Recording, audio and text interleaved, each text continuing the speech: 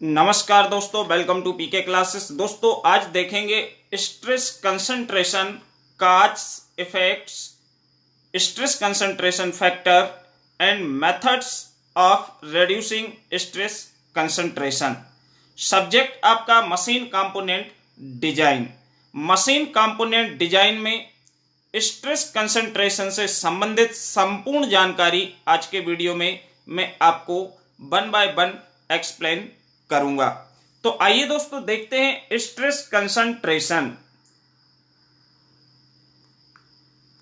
तो दोस्तों जो भी छात्र पीके क्लासेस में फर्स्ट टाइम है, जो अभी भी पीके क्लासेस से नहीं जुड़े हैं, वह चैनल को जरूर सब्सक्राइब करिए एंड वीडियो को लाइक करें, जिससे आने वाला लेटेस्ट वीडियो आपको समय से मिल सके।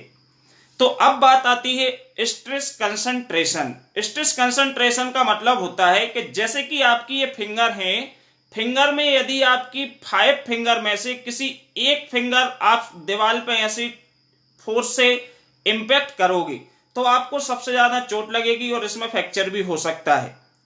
लेकिन सेम लोड यदि आप 4 फिंगर इक्वल करके यदि इस पे आप इंपैक्ट करोगे, टकराओगे, तो हो सकता आपके जो फिंगर है इसमें कम स्ट्रेसेस आएगी और आपकी ये इस स्ट्रेस को या इस फोर्स को क्या करेगी, रेजिस्ट कर जाएगी, झेल जाएगी। तो जब एक पॉइंट पे पर्टिकुलर हमारी स्ट्रेस ज्यादा एक्ट होती है तो जिसके कारण क्या होता है, कोई भी मशीन कंपोनेंट या पार्ट टूट जाता है, जिसको हम क्या बोलते हैं, स्ट्रेस कंसंट्रेशन। मीन्स जैसे कि हम क्लास में कई बार बोलते हैं कि बोर्ड पे कंसंट्रेट करिए, मतलब बोर्ड पे ध्यान दीजिए सभी लोग। तो बोर्ड पे आप सभी लोग एक ही जगह पे फोकस करके ध्यान देंगे तो सभी को समझ में आएगा। तो इसमें सेम इसमें आपका जो स्ट्रेस कंसंट्रेशन होती है, जो कि हमारे मशीन ऑब्जेक्ट या मशीन कंपोनेंट्स में स्ट्रेस कंसंट्रेशन के कारण जब कोई पार्ट टूट जाता है, फेल हो जाता है, तो उसको हम क्या बोलते हैं, स्ट्रेस कंसंट्रेशन। तो means stress concentration is a point in the machine part where stress is significantly higher than in the surrounding area। Surrounding area का मतलब है कि आपका जैसे कि ये ऑब्जेक्ट है, अब इस ऑब्जेक्ट में यदि किसी एक बिंदु पे, एक पॉइंट पे बहुत ज्यादा स्ट्रेस एक्ट हो और वो बिंदु चारों तरफ से मटेरियल से क्या है, घिरा हुआ है, और इसके कारण यदि आपका ये ऑब्जेक्ट ब्रेक होता है, टूटता है, तो इसको हम क्या बोलते हैं दोस्तों, स्ट्रेस कंसंट्रेशन बोला जाता है। कहने का मतलब है कि यदि हम किसी ऑब्जेक्ट में शार्प एज बना दें, शार्प एज मींस जैसे कि आपके जो ऑब्जेक्ट आपको यहां पे दिया हुआ है, इस ऑब्जेक्ट में जो आपकी स्ट्रेस हो रही है, इस ऑब्जेक्ट के अंदर स्ट्रेस आपकी यूनिफॉर्मली डिस्ट्रीब्यूट हो रही है पूरी बॉडी पे। क्योंकि इसमें आपने क्या है, कार्नर नहीं बनाई। यदि यही शेप आपका यहां पर रेक्टेंगल शेप में होता, इस प्रकार से रेक्टेंगल शेप दे देते, तो यहां पे आपकी क्या हो जाती, कार्नर हो जाती। और इस जॉइंट से जहां से आपने सडनली इसका क्रॉस सेक्शन एरिया बदला है, यहां से ये ऑब्जेक्ट टूटने के चांसेस बहुत ज्यादा होंगे। इसलिए हमेशा इसको हम क्या है, थोड़ा सा सर्कुलर या कर्व शेप में रखते हैं, जैसे कि आपके इस ऑब्जेक्ट में दिखाया गया है, जिससे आपकी जो स्ट्रेस अप्लाई होगी इसके एक एंड पे, वो यूनिफॉर्मली पूरी बॉडी पर लगे। ऐसा नहीं पर्टिकुलर बिंदु पे स्ट्रेस लगने के कारण वहां से ये हमारा क्या हो जाएगा, कमजोर हो जाएगा, ऑब्जेक्ट टूट जाएगा। तो इसको हम क्या बोलते हैं, स्ट्रेस कंसंट्रेशन। ठीक जैसे कि यहां पे ऑब्जेक्ट में आपका टेंसाइल फोर्स दिखाया गया है, टेंसाइल फोर्स अप्लाई हो रहा है। इस फोर्स के कारण यदि इसकी कार्नर एज होगी तो कार्नर एज के कारण स्ट्रेस हमारी यूनिफॉर्मली डिस्ट्रीब्यूट नहीं होगी, जिसके कारण ये ऑब्जेक्ट जहां से क्रॉस सेक्शन एरिया कम हुआ है, उस बिंदु से इसके टूटने के चांसेस ज्यादा हो जाएंगे। अब इसके कारण क्या है, किस किस कारण से स्ट्रेसेस आती है या स्ट्रेस कंसंट्रेशन होता है। तो इसमें सबसे पहले sudden change in the geometry. जैसे कि आपका एक रेक्टेंगुलर ये ब्लॉक जो आपको दिखाया गया है डायग्राम में, इसमें एक साइड का एरिया ज्यादा है, एक एंड पे एरिया कम है। तो जहां से सडनली एरिया चेंज हो रहा है, इस चेंजेस के कारण स्ट्रेस कंसंट्रेशन आता है। ठीक, सेकंड पॉइंट है change in property due to hole या क्रैक्स। मींस किसी भी मटेरियल में होल, मींस जब भी हम कास्टिंग करते हैं या कोई भी हमारा मशीन पार्ट्स होता है उसके अंदर यदि कोई पोरोसिटी रहती है, पोरोसिटी मींस कोई छोटा सा बीच में कहीं छिद्र रह गया, होल रह गया, या कहीं पर हल्का फुल्का क्रैक्स वगैरह है, तो इसके कारण भी स्ट्रेस कंसंट्रेशन क्रिएट होती है। थर्ड आपका कारण रीजन है इसमें discontinuities in the component. Component है वो हमारा डिसकंटिन्यूटीज है, बीच बीच में कहीं कहीं आपका यूनिफॉर्म या अच्छे से उसकी कास्टिंग नहीं हुई है, तो इस कारण भी हमारा क्या होता है, जो स्ट्रेस कंसंट्रेशन है वो जनरेट होती है। तो ये आपके 3-4 कारण होते हैं, रीजंस होते हैं, जैसे कि लोड एप्लीकेशन। एक हमारा लोड भी इसका कारण है स्ट्रेस कंसंट्रेशन का, कि आपका लोड है वो सही जगह अप्लाई नहीं होगा, आपका किसी एक पर्टिकुलर बिंदु पे बहुत ज्यादा फोर्सेस आएगा जिसके कारण स्ट्रेस उस बिंदु पे बहुत ज्यादा एक्ट होगी और दूसरी जगह पे आपकी कम एक्ट हो रही है। तो ये यूनिफॉर्मली डिस्ट्रीब्यूट होना चाहिए। तो हमारा जो फोर्थ रीजन है या इसका कारण है स्ट्रेस कंसंट्रेशन का, ये है लोड एप्लीकेशंस। ठीक, अब इसके इफेक्ट क्या हो सकते हैं?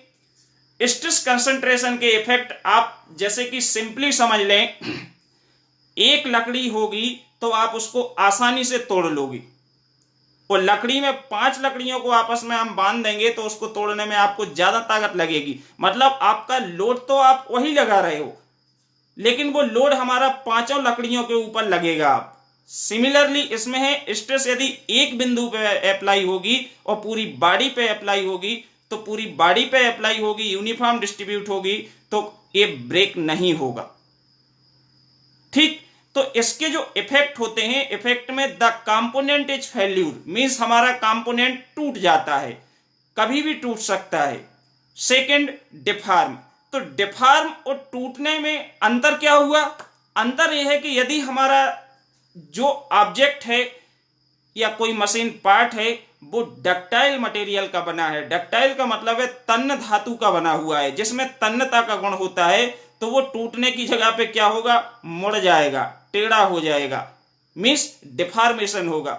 और यदि यही ब्रिटल मटेरियल का होगा, जिसको हम धूसर बोलते हैं, जैसे कि कास्ट आयरन हो गया, आपका कांच होता है, कांच को गिराओ तो या तो बच जाएगा या टूट जाएगा, लेकिन मुड़ेगा नहीं, टेढ़ा नहीं होगा। तो ऐसे हमारा जो ब्रिटल मटेरियल होता है, ब्रिटल मटेरियल्स में सीधा फ्रैक्चर होता है या ब्रेक हो जाता है।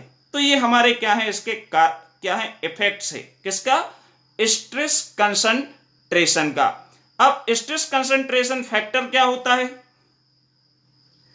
स्ट्रेस कंसंट्रेशन फैक्टर जो होता है यह हमारा होता है maximum stress upon reference stress, means जो सिग्मा मैक्सिमम है ये हमारी मैक्सिमम स्ट्रेस है, एंड सिग्मा REF है ये हमारी रेफरेंस या नॉमिनल स्ट्रेस होती है। तो मींस इसका जो स्ट्रेस कंसंट्रेशन फैक्टर है इसको आप डिफाइन कर सकते हो इस फार्मूले से, it is the ratio of, means किस किस का रेशो है? It is the ratio of maximum stress in the body to the reference stress, means किसी बॉडी में मैक्सिमम स्ट्रेस आ रही है और अपॉन रेफरेंस स्ट्रेस है, तो इन दोनों का जो अनुपात होता है इसको हम क्या बोलते हैं?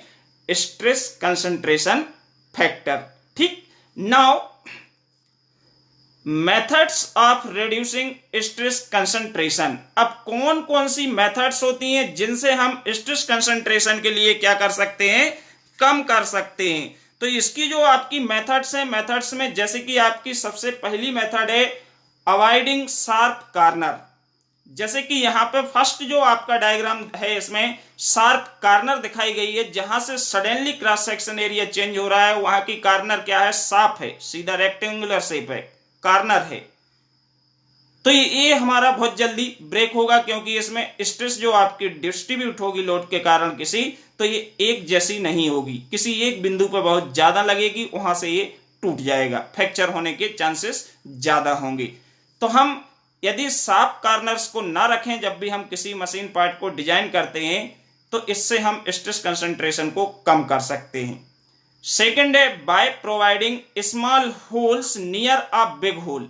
यदि आपके किसी ऑब्जेक्ट मशीन पार्ट में कोई बड़ा होल है तो उसके साइड में यदि हम छोटे होल को प्रोवाइड कर दें तो हम स्ट्रेस कंसंट्रेशन को कम कर सकते हैं। थर्ड पॉइंट है बाय प्रोवाइडिंग नोच, मींस अब इसमें आपका जो डायग्राम है सेकंड वाले डायग्राम में क्या है, नोच प्रोवाइड की गई है। इसमें हल्का सा हमने खरोंच दिया साइड से, तो मींस इसमें जब नोच बनी है तो ये जो आपकी यहाँ पे ये नोच है, सॉरी यहाँ पे आपकी जो नोच बनी है, इस नोच इस तरह से हम एक दो बीच में बना दें तो जो हमारी स्ट्रेस है ये पर्टिकुलर जगह पे अप्लाई ना होके हमारी क्या होगी, यूनिफॉर्म डिस्ट्रीब्यूट होगी। तो इससे भी हम स्ट्रेस कंसंट्रेशन को कम कर पाएंगे। इसके बाद जो आपकी फोर्थ है by decreasing the nominal diameter of threaded object. तो हमारा जो थ्रेडेड ऑब्जेक्ट होता है जिसमें हमारी चूड़ी होती हैं, तो इसमें 2 डायमीटर होते हैं।